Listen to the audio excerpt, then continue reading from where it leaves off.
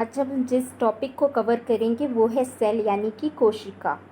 कोशिका टॉपिक से एग्ज़ाम में काफ़ी इंपॉर्टेंट क्वेश्चंस पूछे जाते हैं, जैसे कि कोशिका की डेफिनेशन यानी सेल डेफिनेशन एसएससी के एग्ज़ाम में काफ़ी बार पूछी गई है। बाकी जो वनडे एग्जामिनेशंस होते हैं उसमें उसके सबटाइटल्स पूछे जाते हैं यदि किसी सेल ऑर्गेनेल को किसी नाम से जाना जाता है। और जनरली पूछा जाता है सेल स्ट्रक्चर में कि सेल के कंपोनेंट्स में जो डिफरेंट कंपोनेंट हैं उसके डिस्कवरर कौन है। तो यहाँ पर आज हम जिस टॉपिक को कवर करेंगे वो है सेल स्ट्रक्चर, जिसमें हम देखेंगे कि इस कोशिका की जो संरचना होती है उन संरचनाओं में जो महत्वपूर्ण ऑर्गेनेल्स हैं उनमें से किस तरह के क्वेश्चंस और क्या क्या क्वेश्चंस की संभावनाएं हैं। तो आज हम सेल को स्टार्ट करने से पहले यहाँ पे मैं अपना इंट्रोडक्शन दे दूँ। ये इरीना बघेल यूट्यूब चैनल है और यहाँ पर मेरी जो क्वालिफ़िकेशन है एमपीपीएससी इंटरव्यू तक पहुँची हूँ, उसके अलावा डीएसएसबी इंटरव्यू दिया हुआ है और रोजगार और निर्माण में कंटेंट राइटर के फॉर्म में काम किया है। इसके अलावा डिफरेंट इंस्टीट्यूशंस में 5 साल पढ़ाने का एक्सपीरियंस रहा है और कॉलेज में 2.5 साल एज अ लेक्चरर वर्क किया है। तो स्टार्ट करते हैं हम सेल टॉपिक को। जब हम कोशिका की बात करते हैं तो जो सेल है, ये सेल क्या है? सेल की डेफिनेशन जब एग्ज़ाम में पूछी जाती है तो सेल की डेफिनेशन में आप बता सकते हैं कि cell is a structural and functional unit of life, यानी कि कोशिका जीवन की संरचनात्मक और क्रियात्मक इकाई है। ठीक है, तो स्ट्रक्चरल एंड फंक्शनल यूनिट तो हो गया। अब इसके अलावा सेल के टाइप्स की यहाँ बात नहीं करेंगे, बल्कि सेल ऑर्गेनल्स को इस टॉपिक में कवर करना है। पर इन जनरल वे जो कोशिकाएं होती हैं ये ग्रुप में टिश्यू यानी कि ऊतक कहलाता है। ठीक है, तो a group of the cell is called tissue यानी ऊतक। अब जब सेल की बात करें तो ये सेल जो होती है वो मेनली 2 भागों में बांटी जा सकती है। एक होता है प्रोकैरियोटिक सेल, जिसे हिंदी में भी प्रोकैरियोटिक कहते हैं, दूसरा होता है यूकैरियोटिक सेल, जिसे कि इंग्लिश में भी और हिंदी दोनों ही लैंग्वेज में यूकैरियोटिक सेल कहा जाता है। प्रोकैरियोटिक सेल में सिंगल यूनिसेल्युलर जो ऑर्गेनेल्स होते हैं, यानी कि एक कोशिकीय जो जीव है यूनिसेल्युलर ऑर्गेनिजम्स वो आते हैं। फॉर एग्जांपल बैक्टीरिया, जिसे मोनेरा कैटेगरी में रखा गया है। और यूकैरियोटिक में आते हैं मल्टीसेल्युलर ऑर्गेनिज्म, बहुकोशिकीय जीव जंतु, जैसे कि पेड़ पौधों की बात कर ली जाए या फिर मानव की बात कर ली जाए। तो यहाँ पे आपको सेल जो प्लांट सेल होता है, एनिमल सेल होता है, यूकैरियोटिक सेल होता है, प्रोकैरियोटिक सेल होता है, इनके डिफरेंसेस भी देखने एग्ज़ाम में आता है, लेकिन उसे हम अलग वीडियो में कवर करेंगे। आज जब हम कोशिका की बात करते हैं तो कोशिका का ये डायग्राम आपके सामने है। अब इस डायग्राम में आप क्या देख रहे हैं कि जो ये कोशिका है, इस कोशिका के चारों तरफ जो लेयर बनी हुई है उस लेयर को आप क्या कह सकते हैं कि यदि प्लांट सेल है तो प्लांट सेल में यानी कि पादप कोशिका में ये जो बाहरी आवरण है उसे कहा जाता है सेल मेम्ब्रेन यानी कि कोशिका झिल्ली।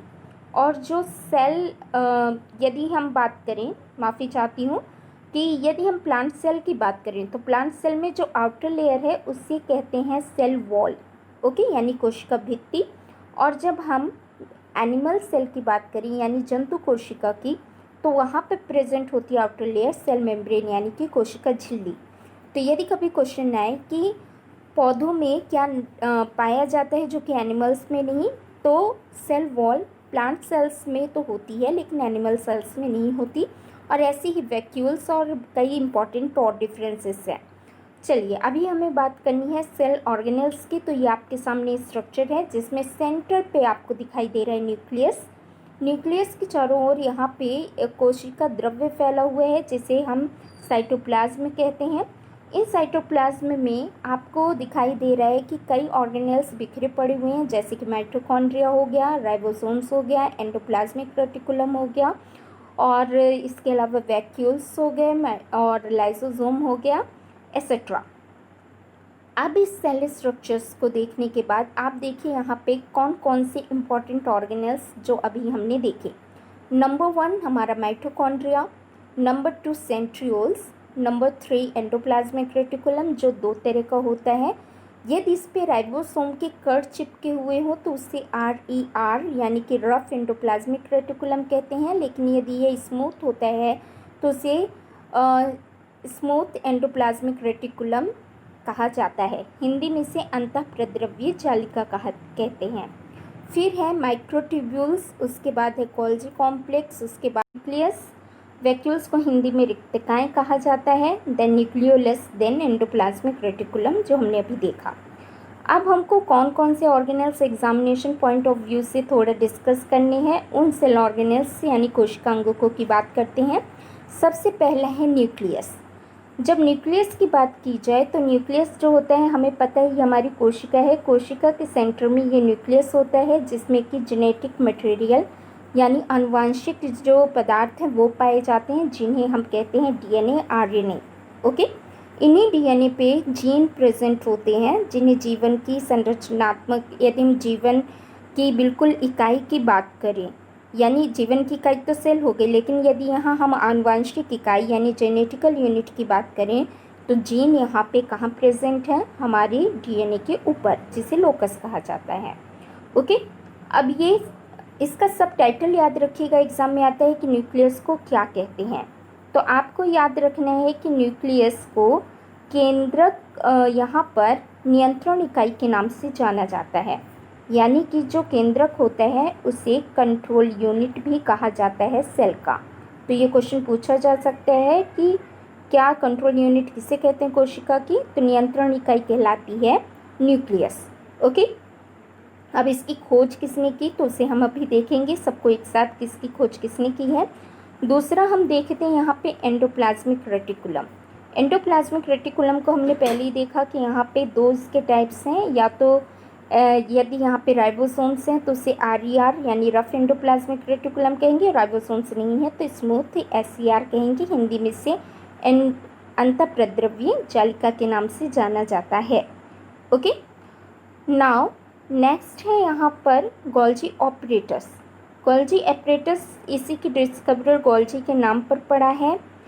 और यहाँ पर ओके, नाउ नेक्स्ट है आपका माइटोकॉन्ड्रिया।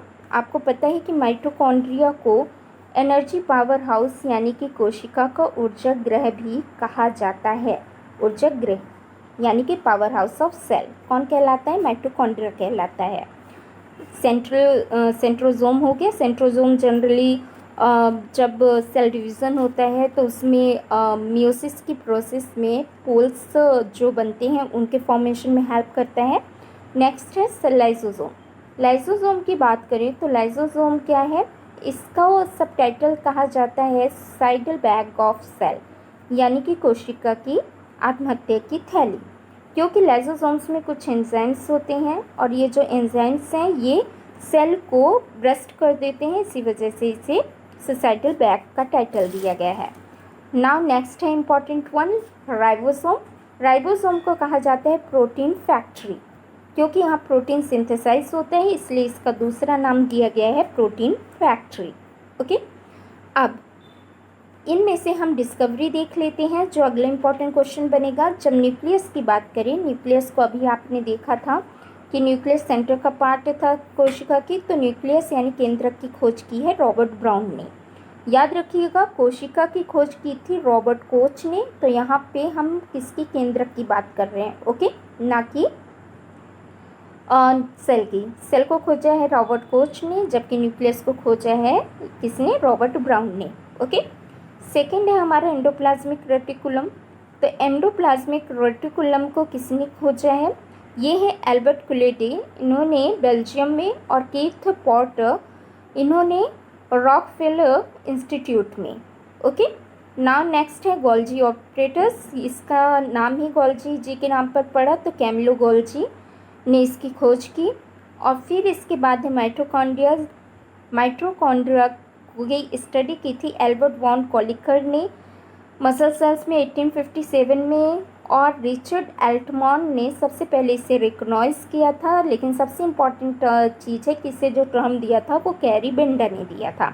तो खोज पूछे तो एल्टमॉन याद रखिएगा और टर्म पूछे तो बेंडर याद रखिएगा।